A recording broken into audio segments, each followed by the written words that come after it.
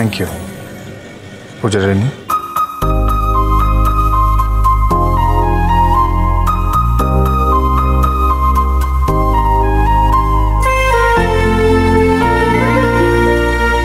অনেকটাই বদলে গেছে দেখছি। আগের মতো আর ঝগড়া করা তো দূর, কোনো কথা না বলে চোখটা সরিয়ে নিল। তাপটা নিয়ে নিন।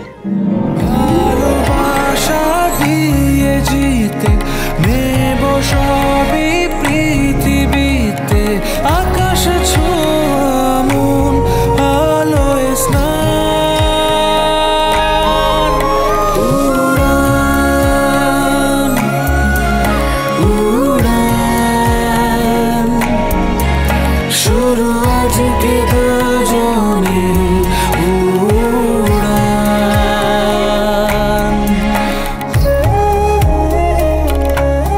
আজ ফলহারিণী অমাবস্যা, মহামায়ের পূজা। আপনাদের যা মনের ইচ্ছে আছে মায়ের কাছে নিবেদন করুন, মা সব আশা পূর্ণ করবেন।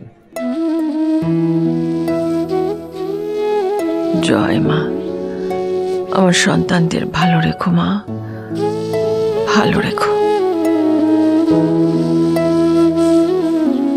ওই মেয়ে আমাদের বাড়ির বউ হয়ে এলে বাড়ির পরিবেশটাই বদলে যাবে আমার বিশ্বাস। আমি যেন পূজারিণীকে আমার বাড়ির বউ করে নিয়ে যেতে পারি। মা তুমি একটু দেখো মা।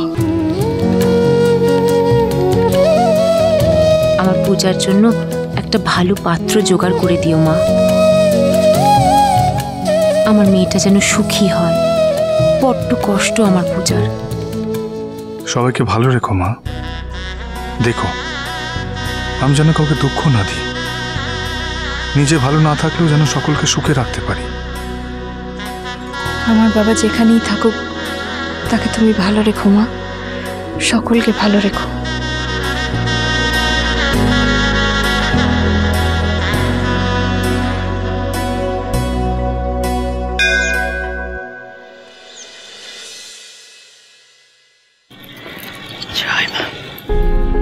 চলো চলো চলো, তাড়াতাড়ি চলো, এসো। দেখছো তো ভিড়ে পা রাখা যাচ্ছে না, আর তুমি তাড়া মারছো। তাড়া মারবো না, তুমি জানো না আজকে সুদিন চ্যাটার্জি ওনার স্ত্রী আসবেন সোমনাথের বিয়ের কথা পাকা করতে। ইস, বিয়েটা যদি একবার পাকা হয়ে যায় না, আমি নিশ্চিন্ত হই সোমনাথের ভবিষ্যতের জন্য। তাহলে আমার আর চিন্তা থাকে না। কত বড় ব্যবসা ওদের, কত টাকা। এমন ভাবে বলছো যেন শ্বশুর বড় লোক হলে তুমি বরপণ নেবে।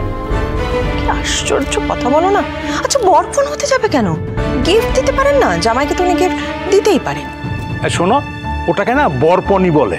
হ্যাঁ, আর শুনে রাখো, ওই উপহারের একটাও যদি ওনাদের কাছ থেকে তুমি নাও, আমি কিন্তু পুলিশ ডাকবো।